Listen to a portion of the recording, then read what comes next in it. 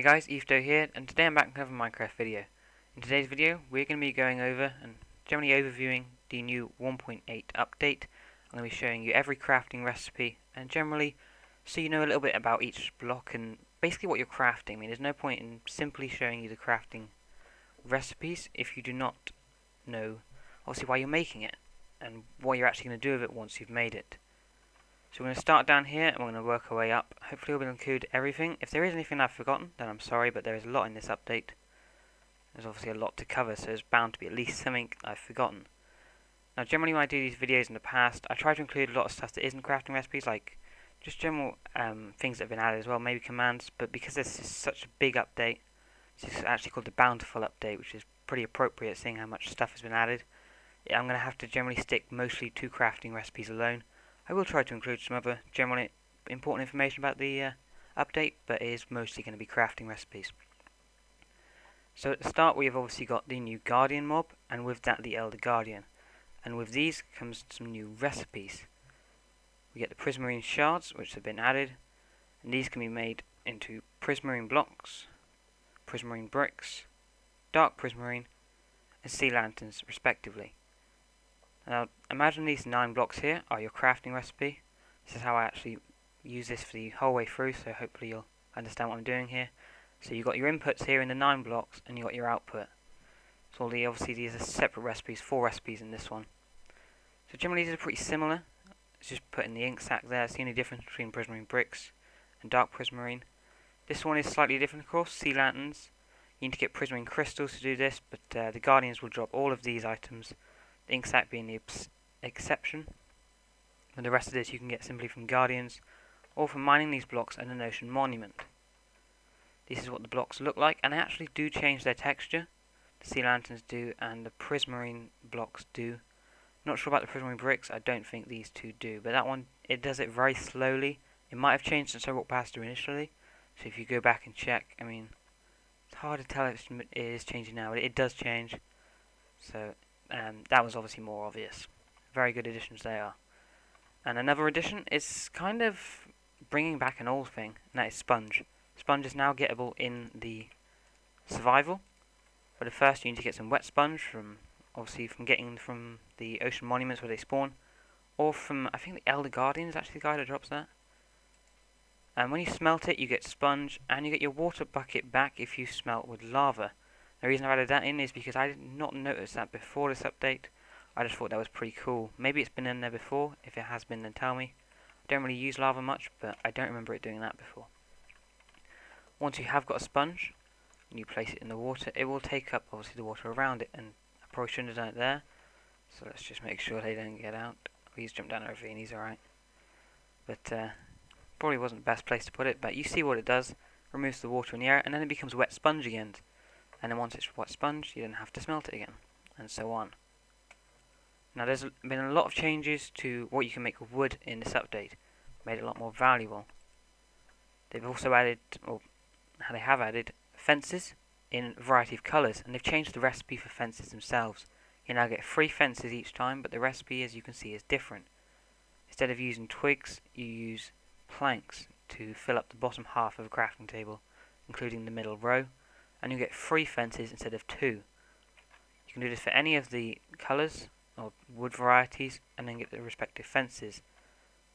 As well as this, you've always got fence gates. I didn't bother putting the rest of them in because you get the point after a while. You get fence gates of any colour, basically any wood type. In addition, each wood type now has its own door. The original door is now the oak door. It's actually changed the name of it. And then you've got all these other ones. You've got jungle, birch, acacia. One of these is spruce, one of these is dark oak. I think this one's spruce, that one's dark oak. Their recipes are here. Obviously this is the door recipe, but you change the type of wood you use each time.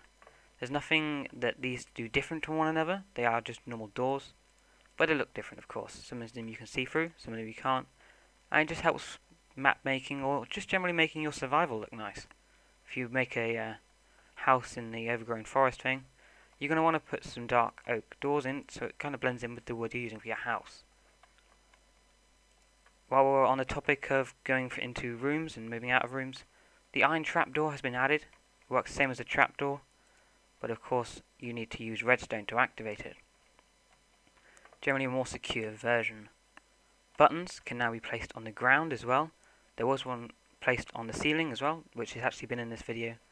Somewhere back over there, if you have seen it, then obviously well done to you, because I kind of hid that one away. That is a generally pretty good one. I mean, it's pretty much essential for the trapdoors. I mean, you could put them on the wall, but I quite like that they're on the floor. And of course you could shoot the floor if you had a bow and arrow onto a wood one.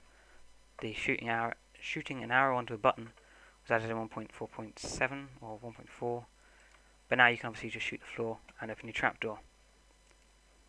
There's a new block added, the slime block, and this is made by filling a crafting table with slime balls. This makes killing slimes and generally slime balls in general more useful. They have a pretty awesome use in redstone as well as doing that. The higher you drop from, the higher you bounce. I didn't even jump then, I just kind of dropped off of it. And I got a nice bounce over this fence. Now these are the armor stats, and if you've seen my video on this, then you'll know how awesome these are already.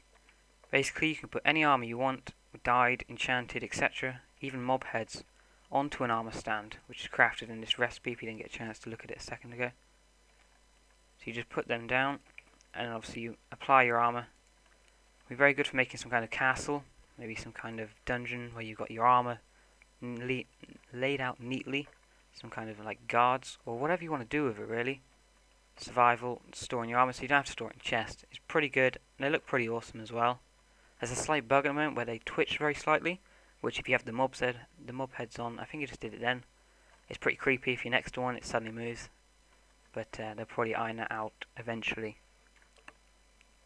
What have we got here? We got banners, white banners obviously with white wool, and then whichever coloured banner you want, you use it with the coloured wools. So orange will get an orange banner. Now you can apply textures to these as well, little patterns, like so. There are more of these, but there are literally loads, and the possible combinations are pretty much endless. I've got considerably more of these on a separate banner video, but there was so many crafting recipes already in this video, I thought may as well leave them for that video. It gets pretty self-explanatory. If I do a slash, it's going to do that. As long as the banner is on there somewhere, you can pretty much just do it anyway. I mean, once you've seen about one or two, you kind of get the gist of it. It's pretty simple that one, so it probably wasn't worth going through a load of crafting recipes. Now this is probably my favourite block in Minecraft right now, and this is the barrier block. Now, this can only be obtained by using the /give@p barrier, or @p could be your name, and you get barrier blocks which are basically invisible blocks. When you're not holding one, they completely disappear. They do take a little time sometimes, but I mean there's some pretty cool uses for these. I do have a separate video on that as well, separate videos of obviously the barrier block. At the end of this video I hope to get a outro which has all of my snapshot videos leading up to this video, all linked at the end. I'll probably put it in the description and comment as well, so you can see any of the other ones. So they'll obviously have more information regarding each of these. I mean, I don't know how long it was, but it was probably a good over 5 minutes on barriers, different uses, etc. And I've done that for the other stuff as well, so you get generally more information. Bunnies or rabbits have been added into the game as well. This is just awesome. Probably my favourite mob actually.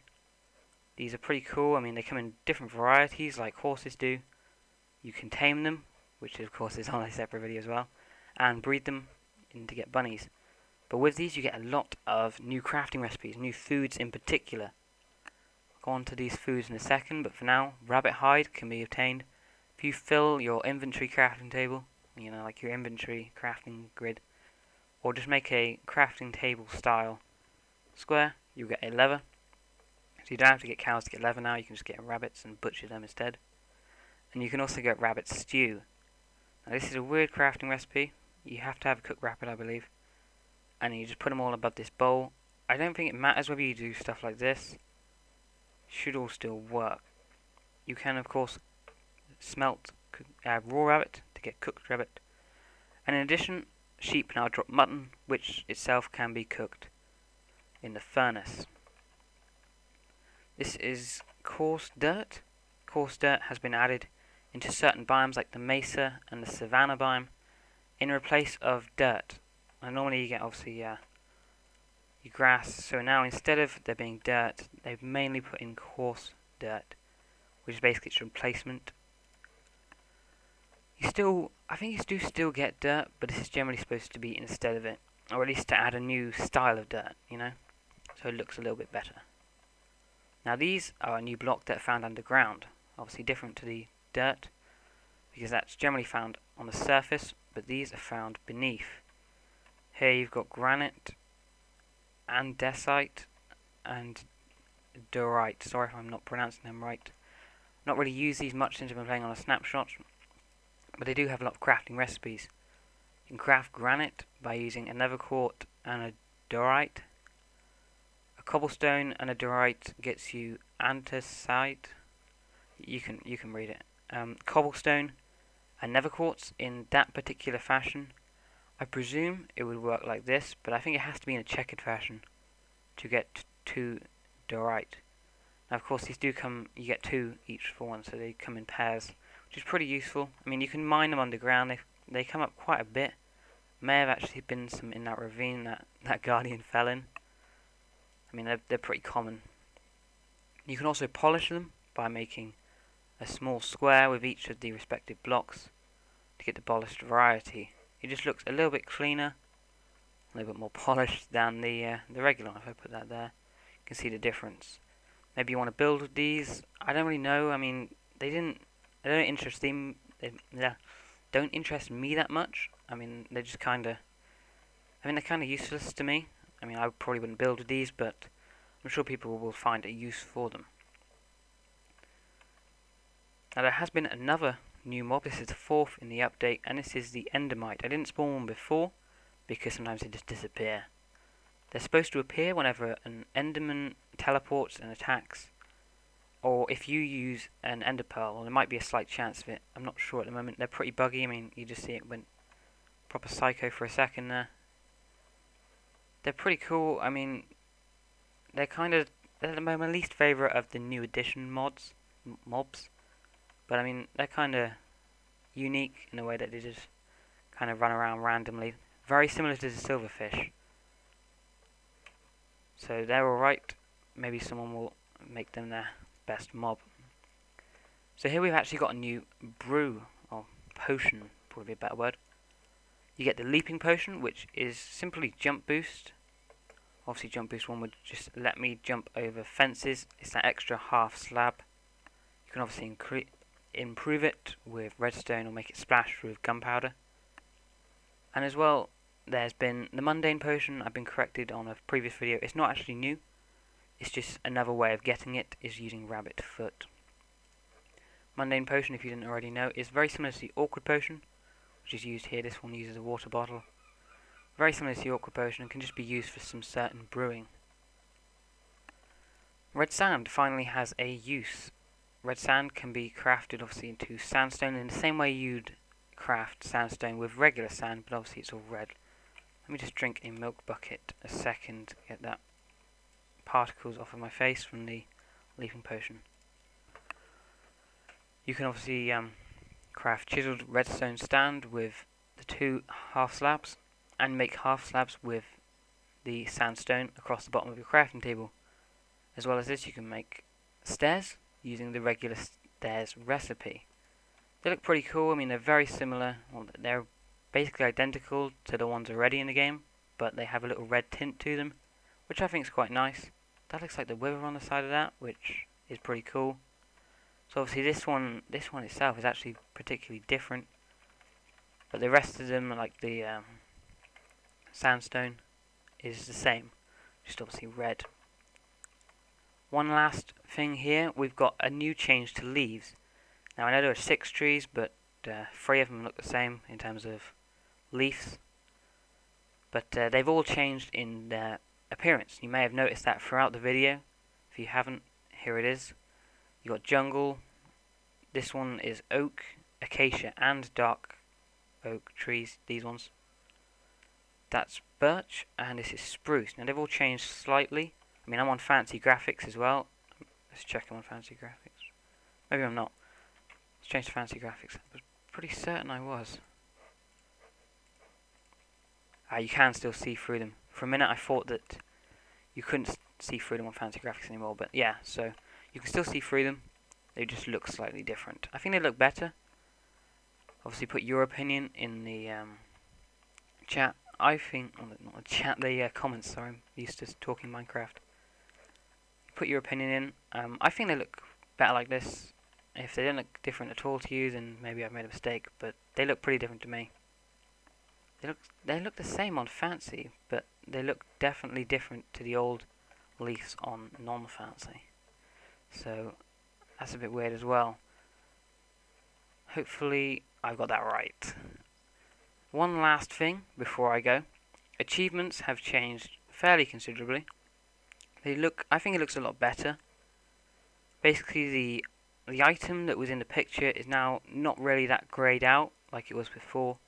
And they've changed the picture for a couple of them. Obviously you've got the pickaxe here, the changing, I'm pretty sure they're different. It looks a bit crisper. And this is a new achievement. I can't actually see what it is, which is a bit annoying. But I know what it is. I don't know what the name is. But what this is to craft a notch apple. And it's considered one of the hardest ones because it's got the little squiggly outline. I think that's quite a good one, because if I wasn't playing ultra hardcore, I'd probably never make one, but at least that gives you reason to now. It gives you reason to collect gold, which was kind of useless before. I mean, unless you were making some kind of gold armor, which really wasn't worth it. And power rail was probably the only use for it other than that. So I think that's quite a good addition. If you have found this video helpful, or in any way informative, then please do take a second to hit the like button below, and thanks for watching.